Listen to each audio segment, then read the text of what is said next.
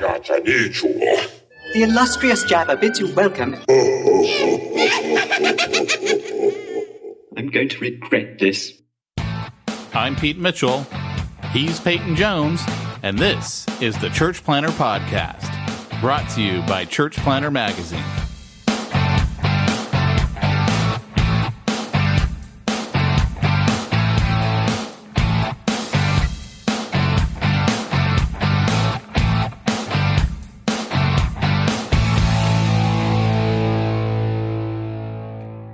Hey, Church Planter, this is Pete Mitchell. And this is Peyton Jones. And you've tuned in for Pete Mitchell and his fat friend. Oh. I told Pete I can't come to Luke's birthday party today because then everyone will be like, who's Pete's fat friend? What in the world is that? What was that noise? I have bad tummy. Sorry. They're reframing a doorway. There's nothing like building a two-story extension and then finding out that your ADU has the wrong size doorway, after everything's been built and it has to be redone. Your ADU? I don't even know what that is. An additional dwelling unit, my friend. We call that a mother-in-law's flat in layman's terms. Well, I got to tell you, I really love that sound. And I actually do. I've been saving this story all week. I've ignored all my other podcasts to share. Because we're special. I was your first. It's your first love. You were my first. You were my first. There's no doubt. Exactly. It's amazing that after our connection that you ever went on to do another podcast again. Well, it's never been the same. I can tell you that. It's never been the same. And I know that's a good thing. So I get this email last week. Been waiting all week to tell this story. I get this email last week from a real estate agent. Obviously, she needs help with marketing. She must be a client, right? Because that's how people get my email and they ask questions and whatnot. And so she asks whatever her question is, and then I get the PS. Nice muscles. Oh, yeah. And, of course, I had to make sure Jamie knew that one. Hey, look at that, honey. These women, they think I got some nice muscles. Woo-hoo. And I hope your response was, I'm married. No, my response was, thanks. So, talking about tattoos is a thing, I guess. So, Andrew told me, hey, next time a girl comments on your tattoos, don't say anything. Just say, thank you. In conversation right there. And I'm like, okay, all right, that's good. Well, I was actually thinking about the tattoo. Because to me, it's like, oh, do you know G.I. Joe? Innocently just like, oh, do you, no, nobody knows it. Just like them. Well, thank you. That is the etiquette as a married man. You say thank you and you move on. Actually, I think these are new. I don't know. My actual response to the gal was, I answered her question and then I did a PS. I go, PS, LOL, thanks. So, but you should have said, please don't make comments about my physical appearance. It makes me uncomfortable. Yeah, except I'm doing shots like this on Instagram. I mean, come on. Oh, I don't know where you would have gotten that from, that idea that I was into my body or anything. So I was thinking about not on Instagram. That's why I'm not on Instagram. I was thinking about tattoos because of your tattoo. You know how we were talking that I'd like to get the Star Wars symbol where you got your G.I. Joe symbol, but I'm too afraid that they're going to keep ruining Star Wars and then I'm going to be ashamed of the tattoo. Yeah, but you can celebrate classic vintage Star Wars and still be cool. But it hit me what I could get. I could get the Thundercats symbol. And then I remembered, I don't like cats, so it doesn't work for me. But otherwise, I think that'd be a cool symbol. You got my next one. You just gave me the idea for the Thundercats. Oh, right there. That would be so cool. Yeah, man. That'd be a throwback to our childhood for sure. So it's so funny you say this because I think you should get Schnarf. It's like a portrait of Snarf. Yeah.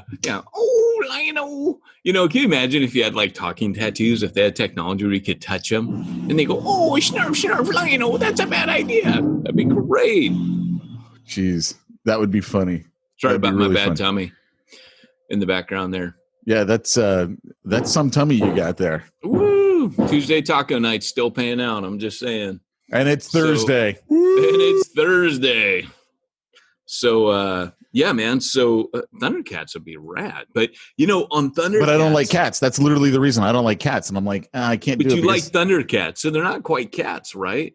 They're cats. That was the whole thing. No, they were cats. They are, but they're not cats. So you can like Thundercats, but not like cats. I'm allergic to cats. So I kind of think it's just, I shouldn't go there. But I do think it'd be a cool tattoo. Don't you think that'd be a cool tattoo? Oh my gosh, yes. The Eye of Thundera right there. Boom. That's what I'm talking about. Yeah, man. Okay, so there are a few cartoons where I have things memorized. Now, I'm only on 2 cups of coffee, but the other day I was, somebody mentioned He-Man, and I just rattled off like, hi, I'm Adam, Prince of Eternia, which, I know that whole monologue by heart. But ever-living forces of evil. Have you seen that T-shirt? Wait, no, I got to do it. Sorry. Transform this decayed body into the form of Mumra, the ever-living Ra. Right? Remember that? All the bandages fly off, and he's a big giant. I don't even know what he is when Mumra turns. Well, he's Mumra. He goes beast mode. He's like beast mode Mumra. Yeah. I don't even know what he is though. What animal is he? Because Panthera, they kind of gave that one away, right? Or is it Panthro? I don't remember. You got Lionel, who's a lion. Right. Panthro, who's a panther. They're cats.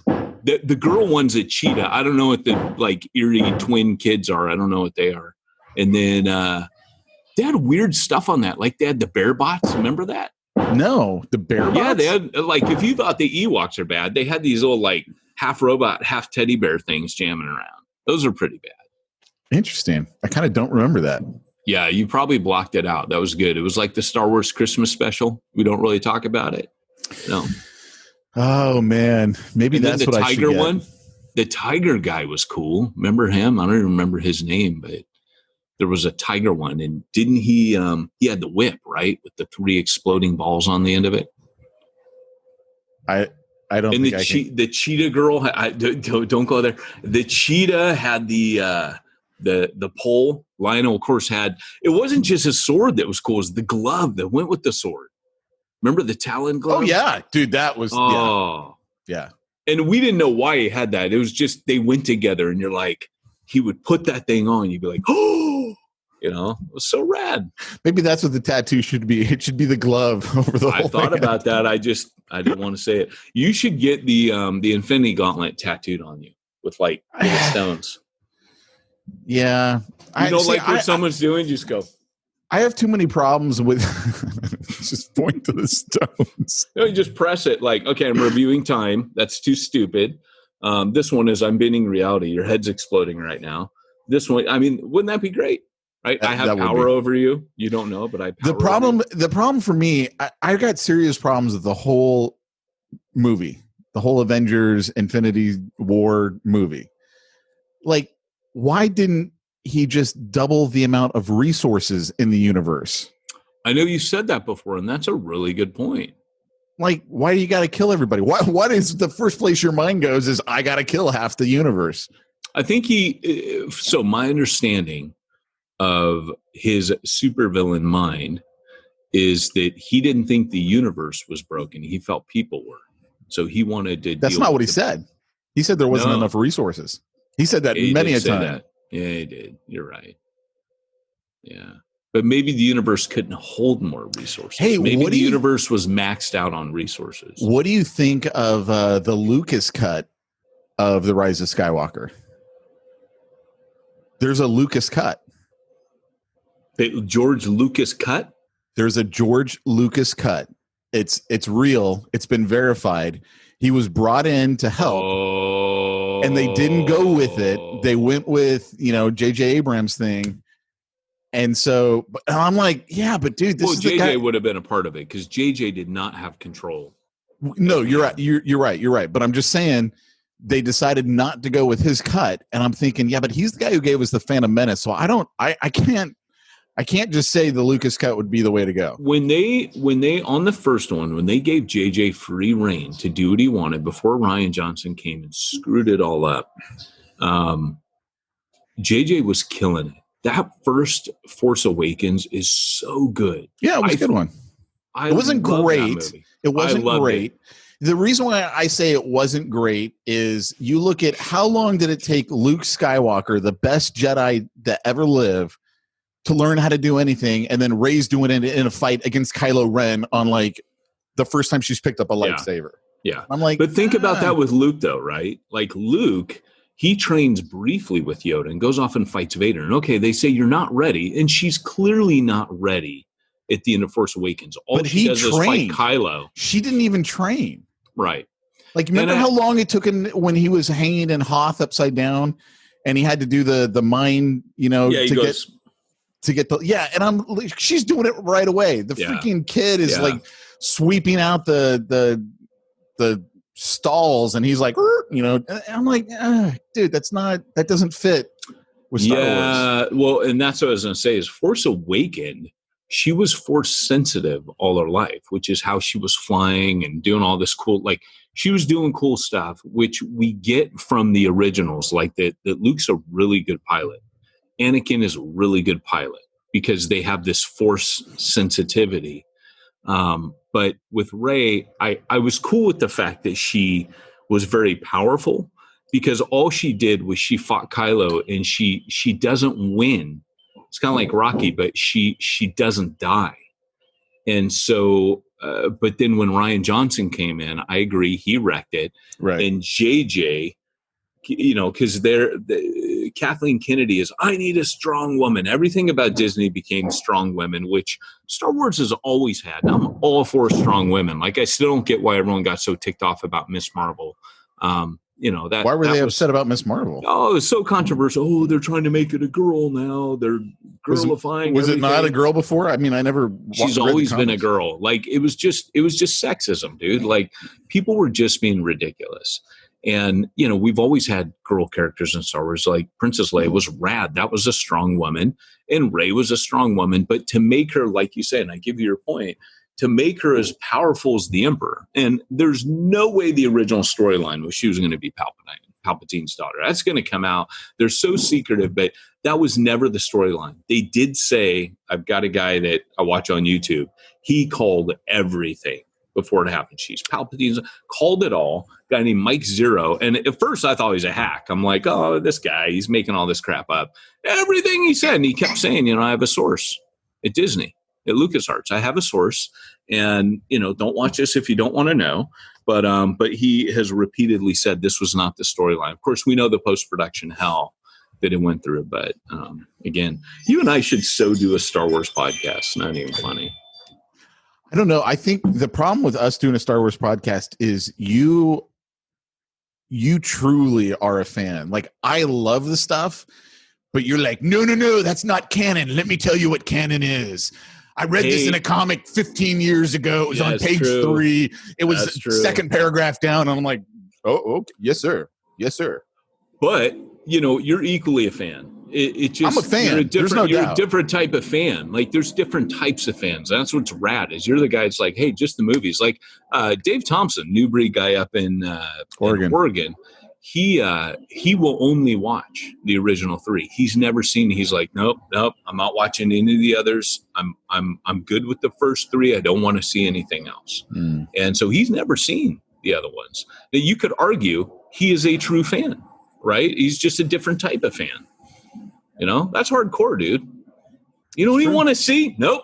Don't even want to see it. You don't ruin the Star Wars trilogy. I don't want to know. You guys are all on drugs.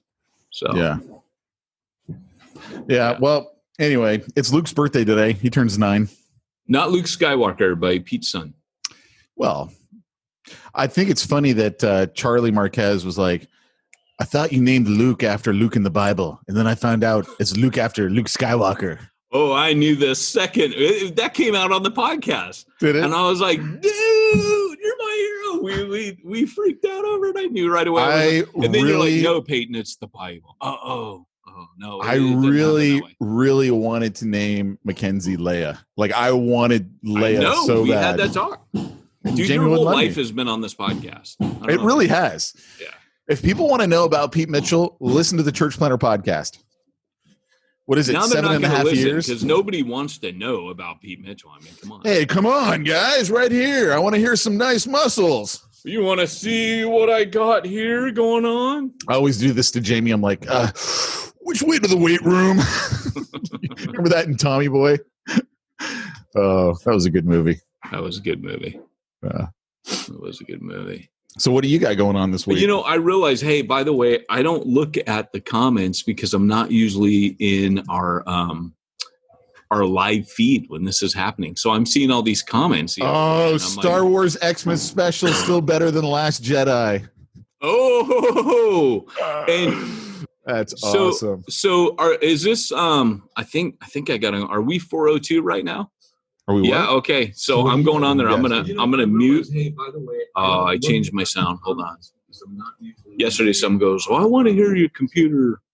So I changed my sound. Hold on. So I'm seeing all these comments. Andre says purist. I agree with Andre.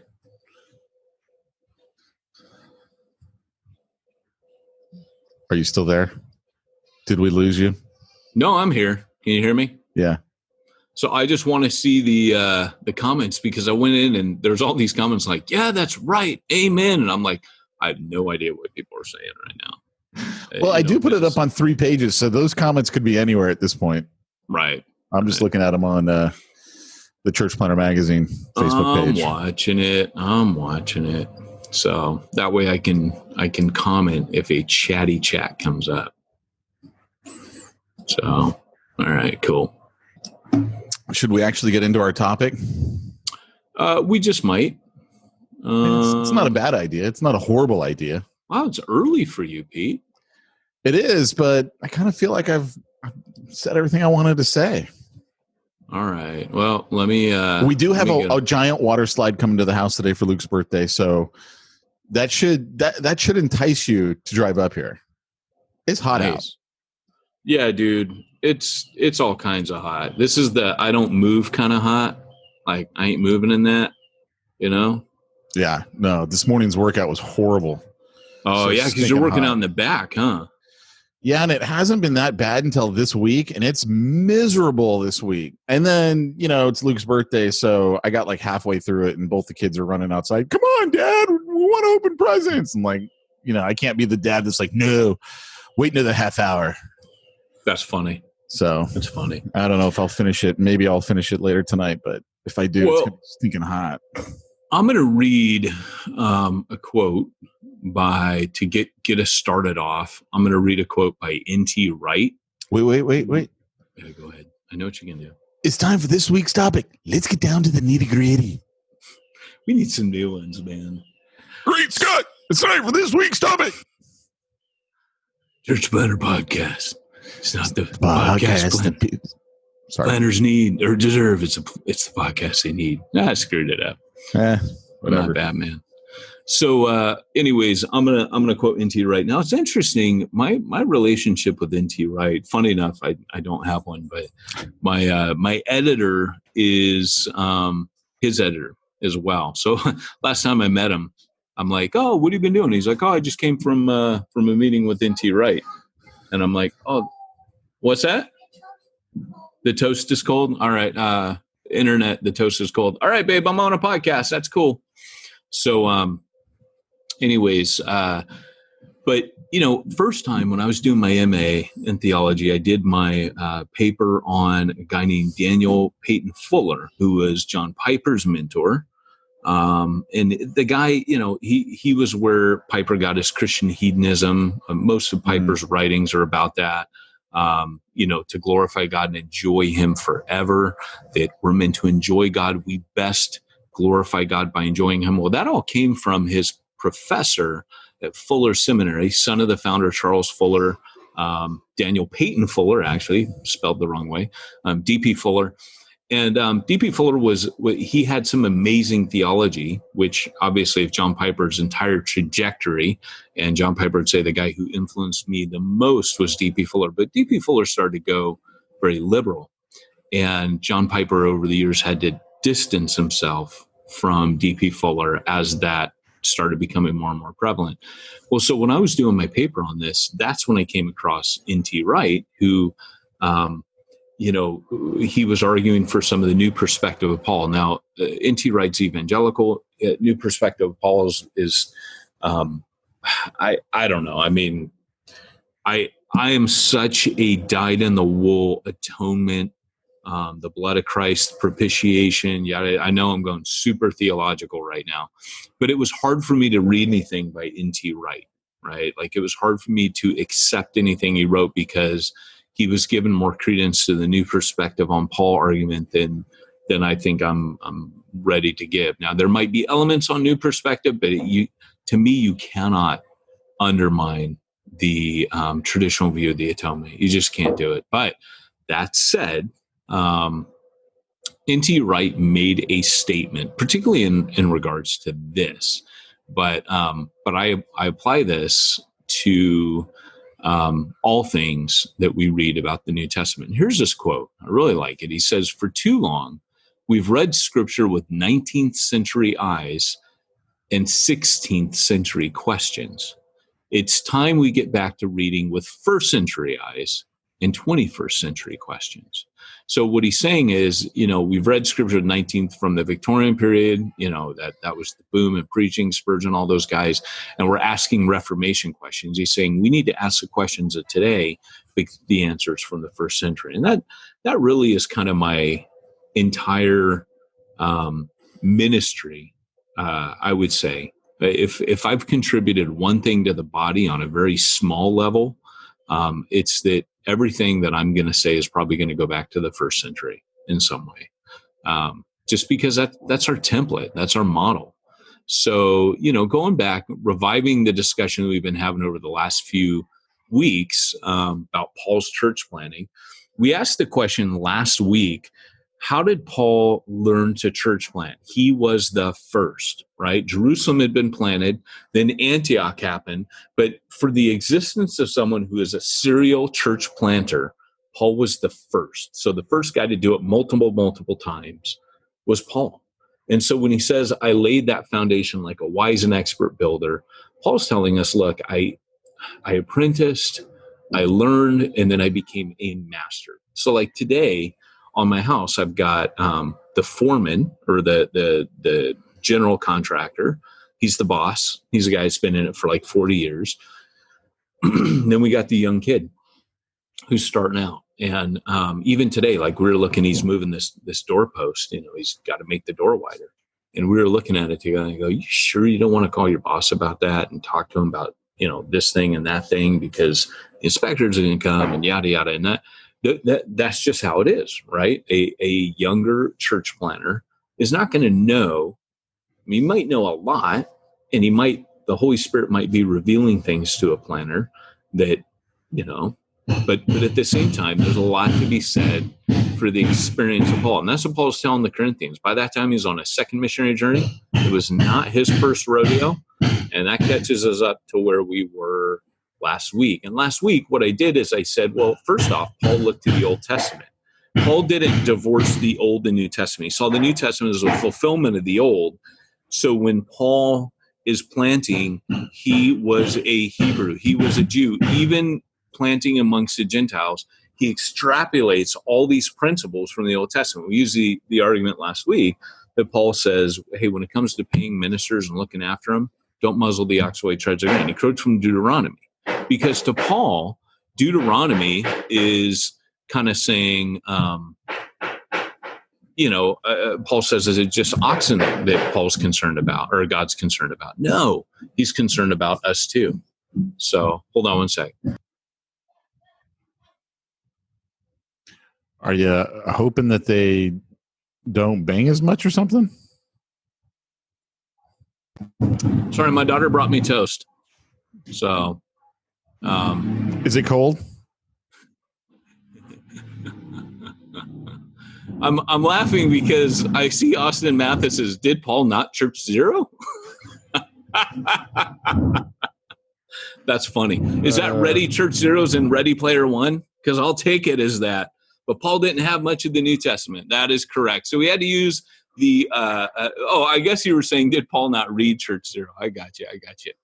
So, so Paul would have had the Old Testament. We were just kind of talking about, he knew the mandate was the same, the mission was the same. If you missed last week, definitely go check that out, because I think you're going to see kind of where Paul got his mission theology from. That's really the summary of last week. But also, Paul also had a model of community based on God's idea of his people, right? God created a people. So Paul knew that a church was this identity, this people brought out from, kind of like the Jews, they were drawn out. Moses means drawn out. The people of God were drawn out and got their identity as a nation by Moses. One who's drawn out draws them out. And so Paul knew that wherever we're at, he had the idea that we were the diaspora in the Gentile world. We've been drawn out. And so he was part of these Jewish ghettos. So Paul knew, I am going to do much of the same with the church. The difference is, whereas the Jews were not proselytizing by nature, they were more about preserving their identity, preserving their culture, preserving the customs of the fathers. Paul's like, I'm going to turn that around. I'm going to create a community that's about the opposite. It's about spreading. It's about influencing. So he turns the directional arrow from being inward to outward. So, but the other thing that he had the gospel blueprint. So if Paul's like, I was a wise and master builder, it's ironic that all this hammering's going on. Is it really loud to you? Oh yeah. Yeah. It's pretty loud. But Paul had Christ, who said, I will build my church. So I just keep thinking it's Taco Tuesday. It's Taco Tuesday coming back to haunt us. My daughter made me toast and just brought it up to me, so I got to eat it. So don't muzzle the ox while he's shredding the grain, baby. That's all I'm saying. Is it toast God's concerned about? Yes, it is. So when Jesus said, look, I will build my church upon this rock, I'll build my church. Even though people are like, oh, church in a building. Jesus uses the very language that Paul's using. So when Paul says, I, like a wise and master builder, laid a foundation, he's actually borrowing the imagery that he got from Jesus. And I think sometimes we don't make these distinctions and connections. That imagine you're the Apostle Paul. You have given your entire life to studying the traditions and precepts of the Father. You study the law. That is like your deal, right? In and out Judaism, you eat, sleep, breathe it. And you can say legalistically, I was faultless. Like, other than the stuff in my heart, like I kept those commands to a T. Paul says, imagine now you meet Jesus. You don't just learn he's the Messiah. You meet him, the risen Christ. He says, I'm going to make you my messenger. What are you going to do? You're going to go back and you can study everything you can about Jesus. So I think Paul became a student of Christ. He quotes him multiple times. In fact, at one point, I can't remember what the quote is. I think it's more blessed to give than receive. He says in the words of our Lord. Well, if I'm not mistaken, that's the passage where it's not actually in the red letter. It's not in any gospels that we have. Now that excites me, right? If that's the one, I'm going off memory here, but if that's the verse where Paul's like, hey, like our Lord said, I'm like, man, he had so much oral tradition from spending time with Barnabas, who, if you remember, Barnabas was his partner. When they went to go replace Judas, they replaced him with Matthias, and they say, we need someone who was with us from the beginning, right? When all this started. So Matthias was an early disciple. Well, it says the same about Barnabas, that Barnabas was also an early disciple. So you kind of look at that and go, wow, that's neat. There were these people that were there. So you could just imagine Paul and Barnabas when they first teamed up. Paul's like, tell me everything.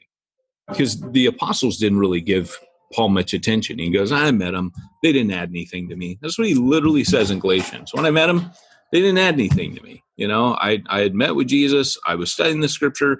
They didn't add. But you can imagine that from Barnabas, because Barnabas is the guy who actually goes to the apostles and says, hey, let him in. This dude, I think it's legit. And Barnabas goes to him. This is how much guts Barnabas has. When all the disciples are afraid, it's a trick. It's a trap. Barnabas goes and finds Paul and says, and then it says he brings them. So they must have been like, Barnabas, you jerk, what are you doing? He brings them where the apostles aren't and makes the introduction. So Barnabas and he strike up a friendship. He's like, I totally believe you, dude, like on Bill and Ted.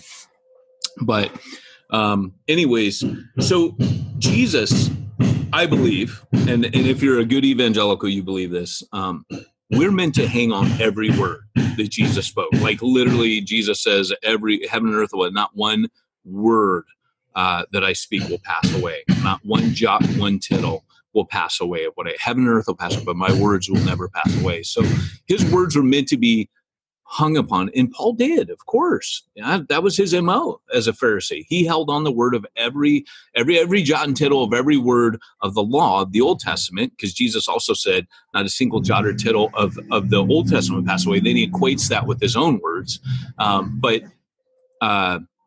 And Jesus even said, funny enough, he says, therefore, everyone who hears these words of mine and puts them into practice is a wise man who built his house on the rock. And I think Paul, when he says I was like a wise master builder, I think Paul was using everything Jesus said. And he was also applying the gospel principles that he learned about Jesus, like it is more blessed to give than receive. When he fundraises, he applies the words of Jesus to what he's doing. I know it doesn't sound like rocket science, but I think like I said, we don't make these connections that Paul didn't just make crap up, right? He was informed by the Old Testament on his church planning. He's informed by the New Testament. I would say, I guess I have a hermeneutic filter for church planning, where when I see like a Nelson Searcy, not to pick on him or anything, I mean, I don't even know where that guy is now, but he would come out with these things. I would weigh them. I would look at him and think, is that true of what I know of God? Is that true of what I know about the working of the Holy Spirit in different parts of the world, throughout church history?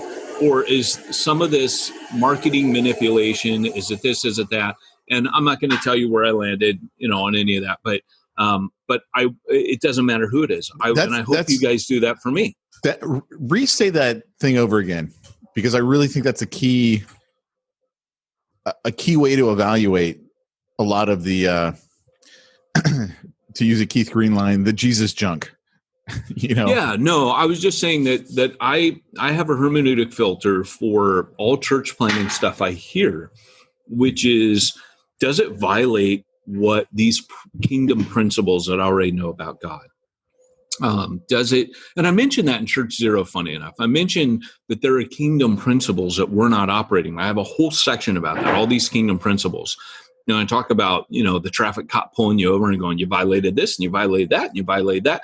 And that's what Paul, when he's writing the pastoral epistles, he's writing and applying kingdom principles for the benefit of Timothy, saying, Timothy, here's a kingdom principle, right? And he throws him down like, man doesn't work, he doesn't eat, right? Well, for Paul, he's going back to man was mandated to work for 6 days and to rest on that. Like, Paul doesn't just, that guy's a bum or get off welfare. He's not waxing political. Paul's going back to the creation mandate that we were made to work. And in working, we were to have joys before the fall. But in that, we would glorify God and we would, like God, mirror him and produce, right? The whole key Hebrew word in Genesis 1 and 2 is produce. And the earth produced according to its kind. It produced.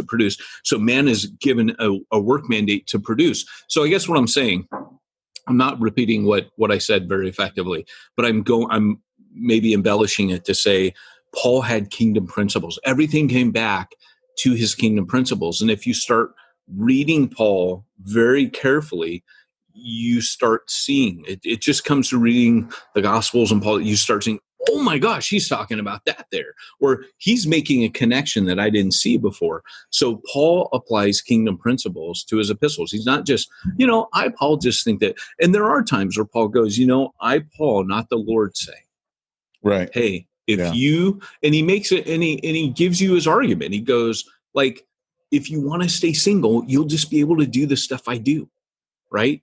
Those of you that get married, you got to please God and your wife. You can't just run off and preach all night and have people fall asleep and fall out of windows and just hop on boats, planes, trains, and automobiles and be a globetrotter because you have a family. You can't do that. But there will be benefits to that. But Paul gives you the whole argument. But he says, I, Paul, not the Lord. He gives you a principle, but he tells you this is not a kingdom principle. This is a missionary principle, if I'm to put my paraphrase on it. Right? Does that make sense? Yep.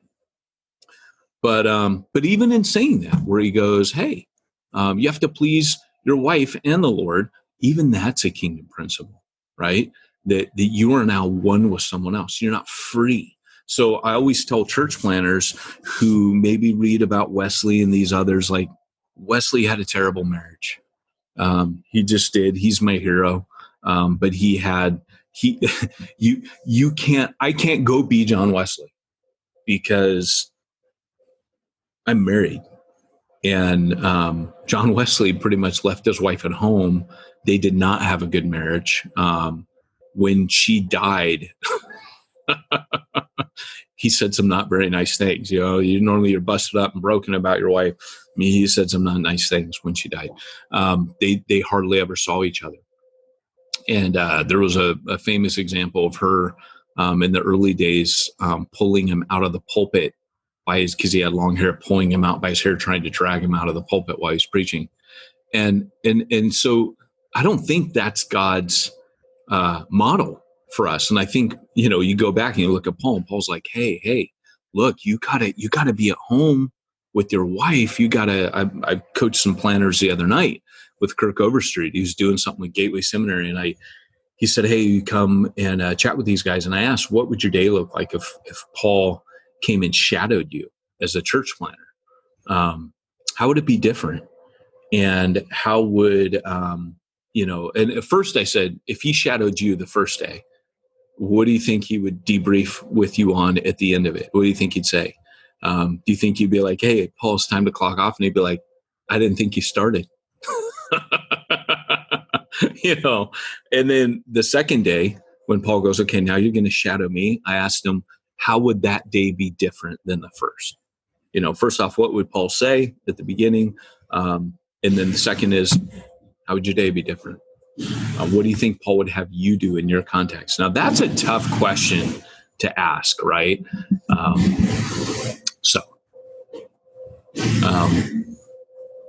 But one of the guys, when he answered that question, he said, well, this probably is not the answer you're looking for. And I was really proud of this guy because he goes, but I think with COVID and everything going on, I might stay at home a little more with my family and minister to my family. And I was really proud of him. I just listened to him, and I mentioned that passage. And I just said, dude, I think Paul would agree.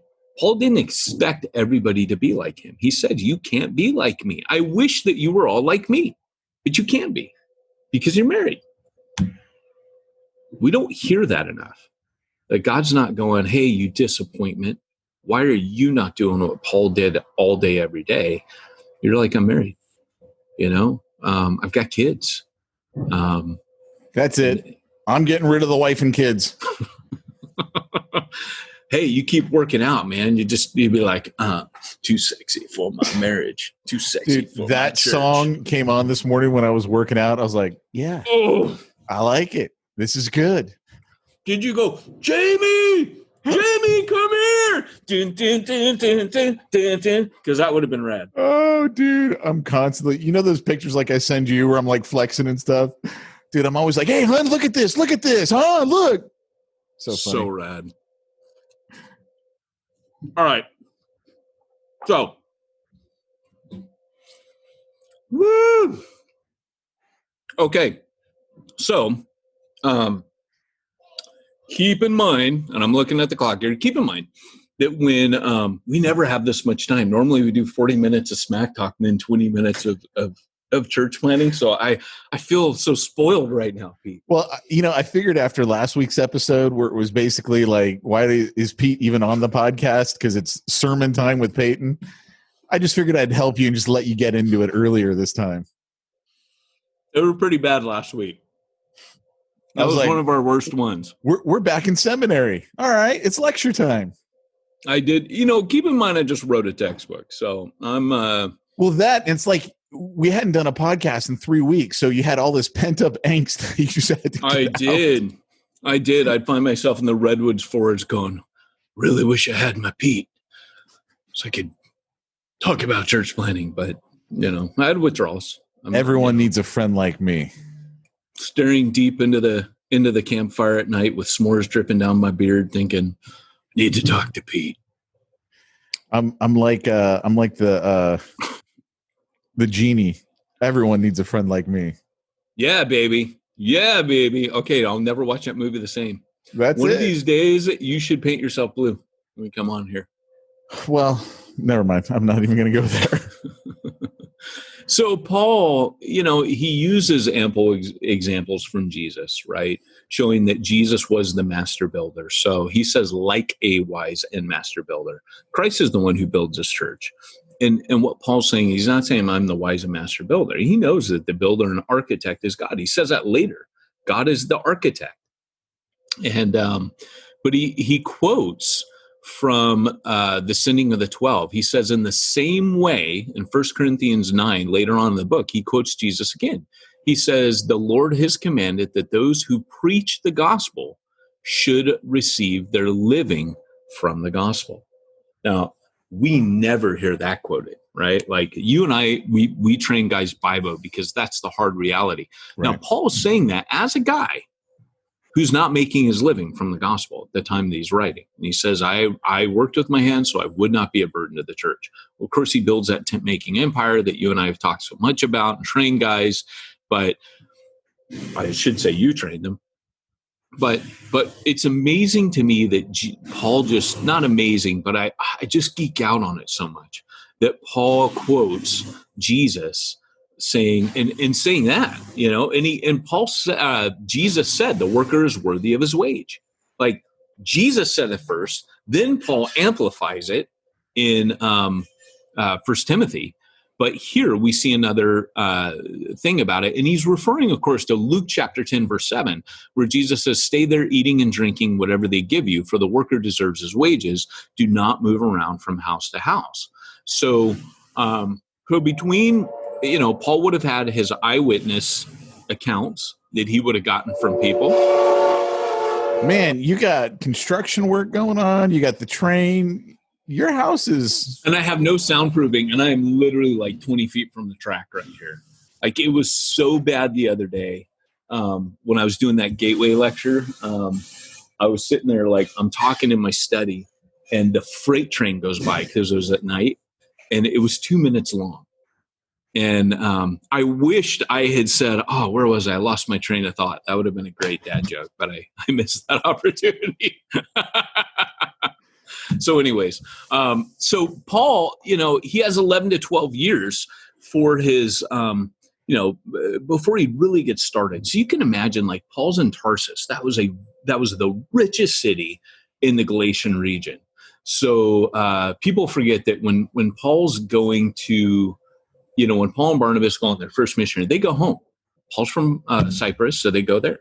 Then Paul's from Galatia, so they go there. But what happens, Paul lives in Antioch. Like, that's home for him. So he's not there. He goes back to Antioch, mission station. But Paul, when he was there during those 12 years, you can imagine, because Tarsus was a prosperous market city. It's why Paul was a tent maker. His family was rich.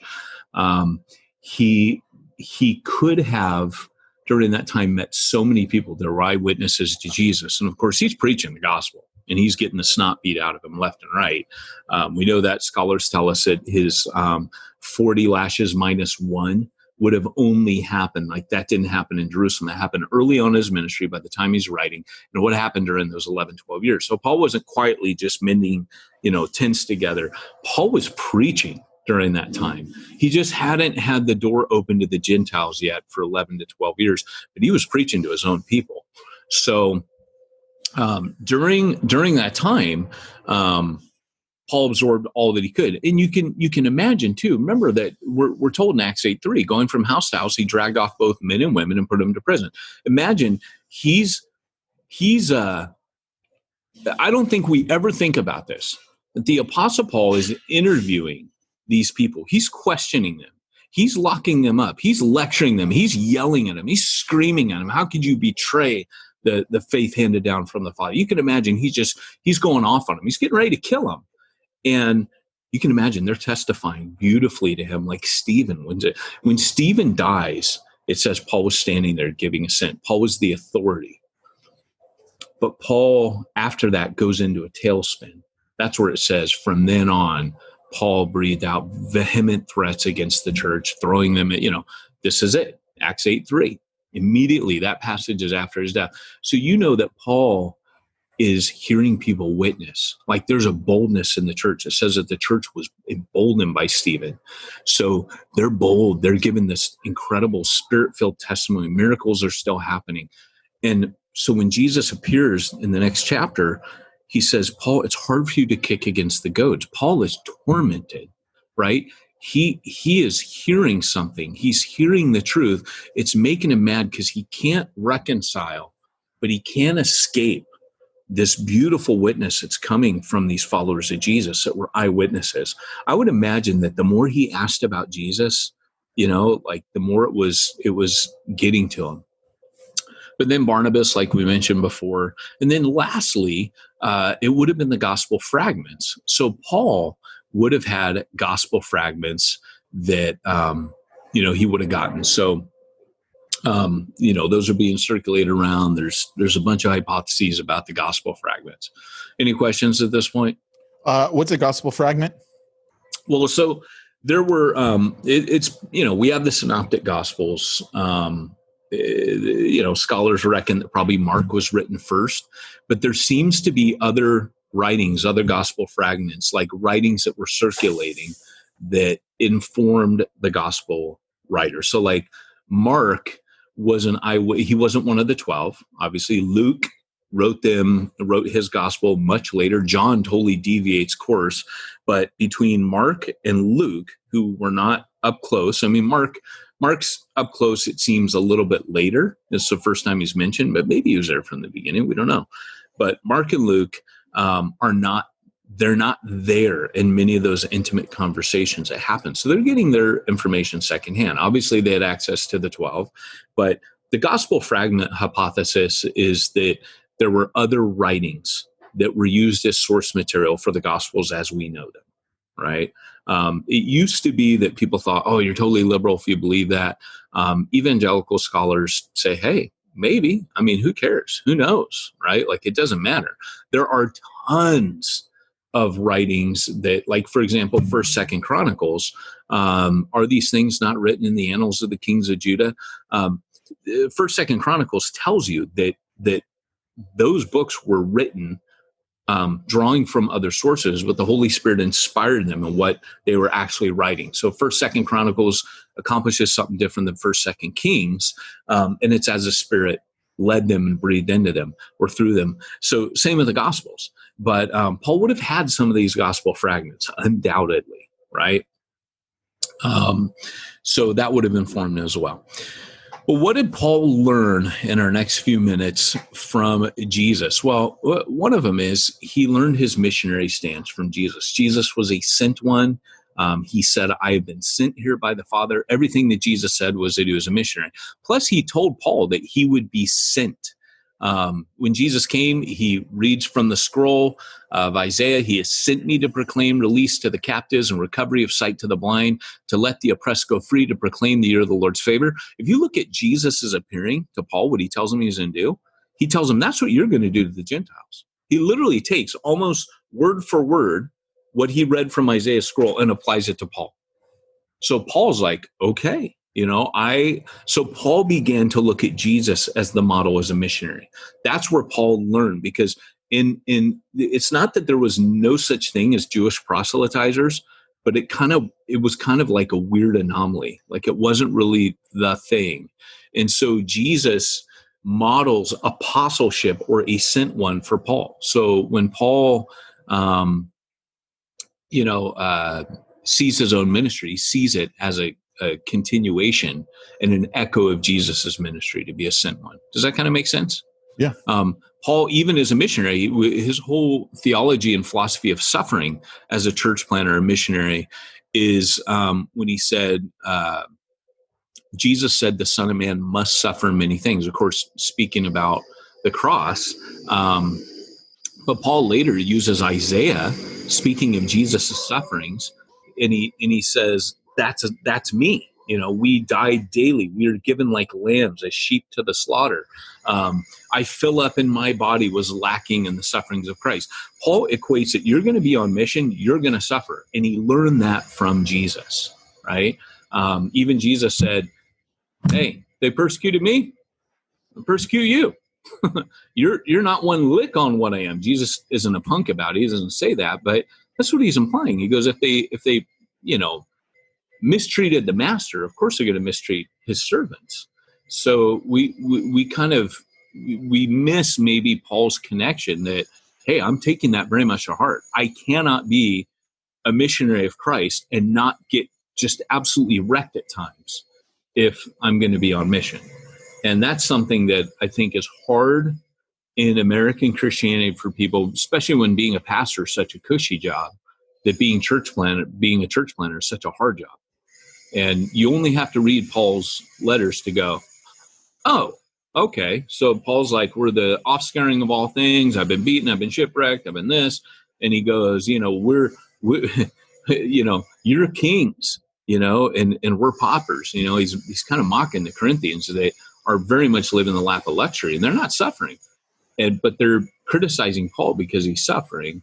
And Paul's like, man, how I wish you were kings. Because the King of Kings, that's kind of what Paul's implying. There's the King of Kings was a suffering servant. And how I wish you understood this, how I wish you got this. And they did it. Jesus's gospel proclamation. Pharisees and rabbis did not go around preaching like Jesus did. When it says Jesus went around preaching the gospel, the good news, proclaiming, like John the Baptist, that was rare. The only people that did that stuff were the prophets, and they usually ended up dead.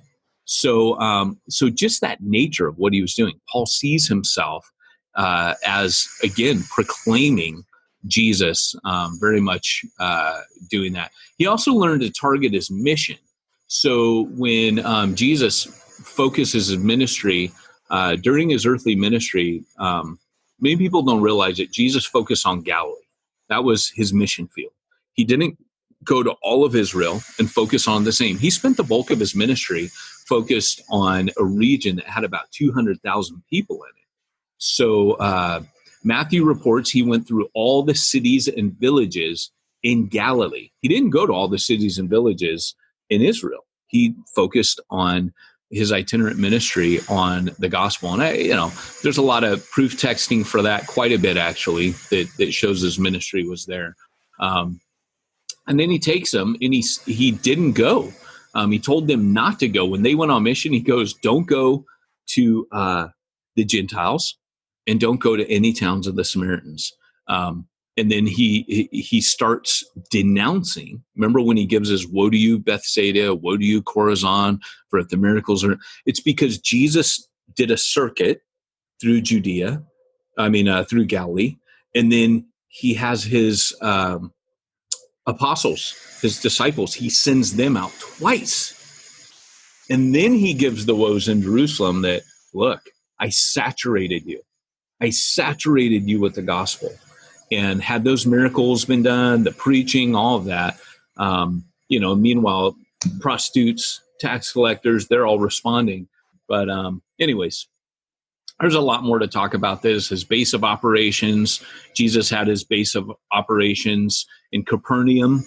Paul sets his up in Antioch, and then later Corinth, and then later Ephesus. Paul starts developing a hub, kind of like Jesus did. Paul gets his team-based ministry based on Jesus. First thing Jesus does after his baptism is he prays all night. When he comes back from the temptation, he prays all night, and he selects 12, a team of 12. So Paul starts realizing, okay, if I'm going to be a missionary like Jesus, I need to pick a team, and I need to do team-based planning, which if you haven't read Church Zero, cha-ching, that's what it was.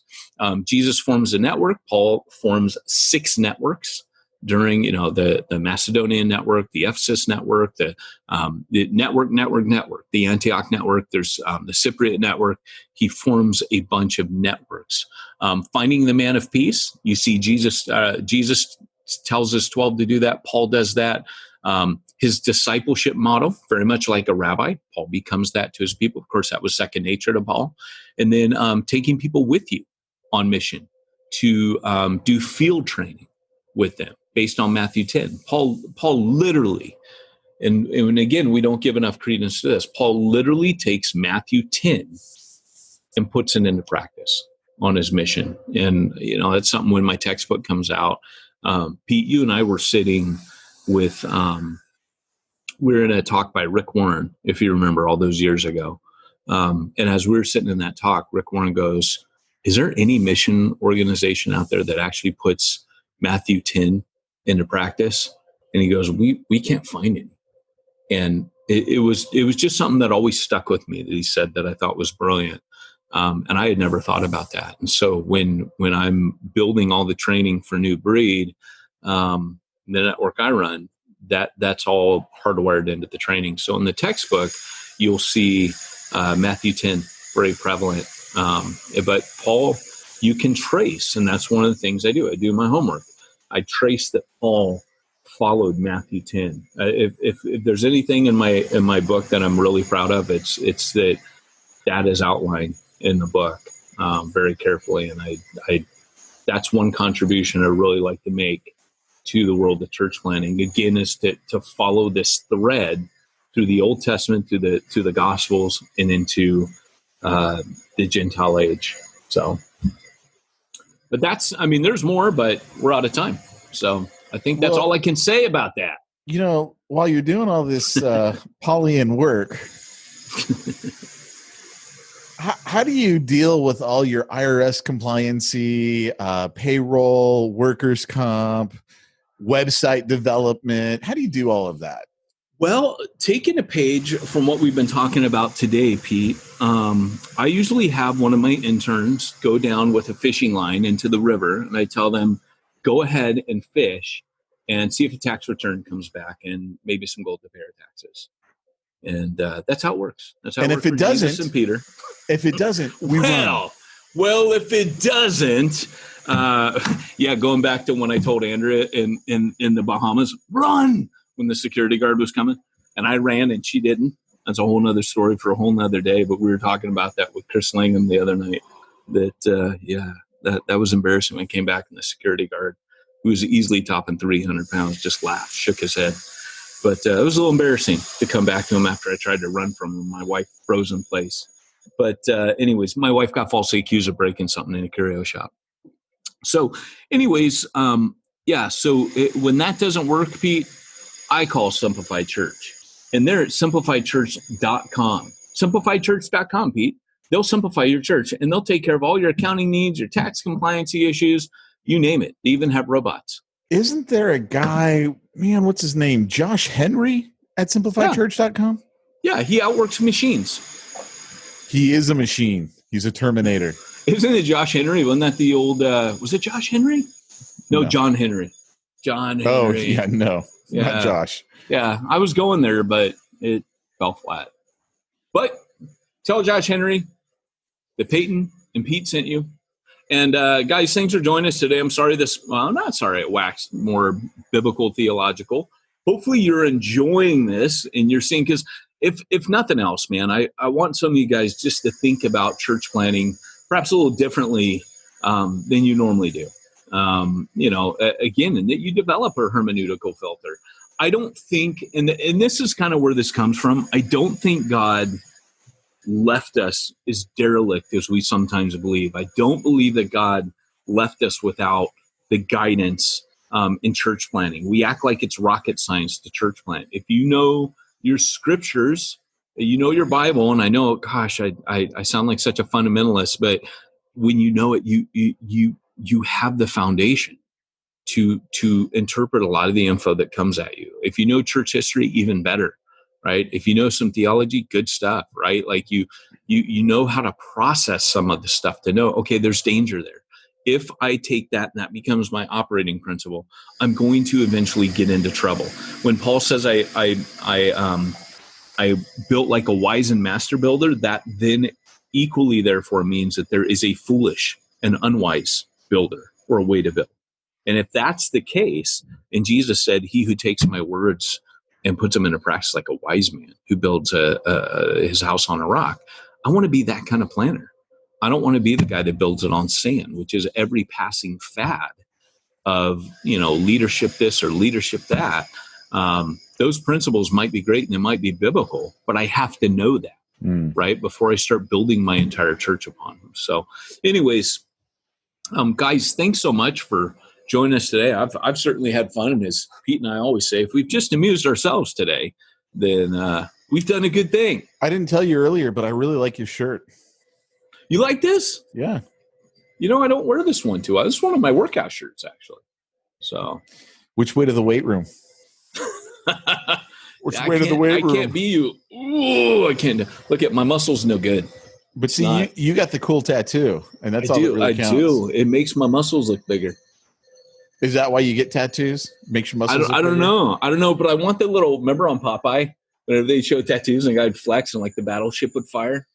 Oh yeah, remember those on the cartoons? Can I get that? Oh, you got to get the battleship guns right there. And when you flex, remember always on like Warner Brothers cartoons, they flex their muscle and they would like the hula girl would dance or the battleship would start firing. I'm not going to get a hula girl. But the battleship. I like the battleship. You got to get the battleship with the big guns. And then when you flex, it's got to go boom, boom. That'd be great. I love it. Cartoons. And we thought that was all possible back then. Hey, flexes and the guns fire.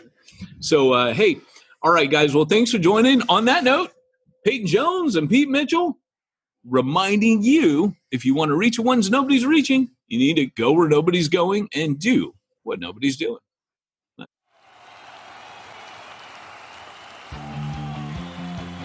Thanks for joining us for another weekly episode of the Church Planner Podcast with Pete Mitchell and Peyton Jones. We'd love to hear your comments on this episode of the Church Planner Podcast. Visit us online and let us know what you thought at churchplannerpodcast.com. If you subscribe to us via iTunes and have enjoyed the podcast, leave us a positive review. The more positive reviews we receive in iTunes, the more iTunes will promote us to other church planners who would benefit from this show. This podcast is brought to you by the Church Planner Magazine, which is available in the iTunes newsstand or online via churchplannermagazine.com.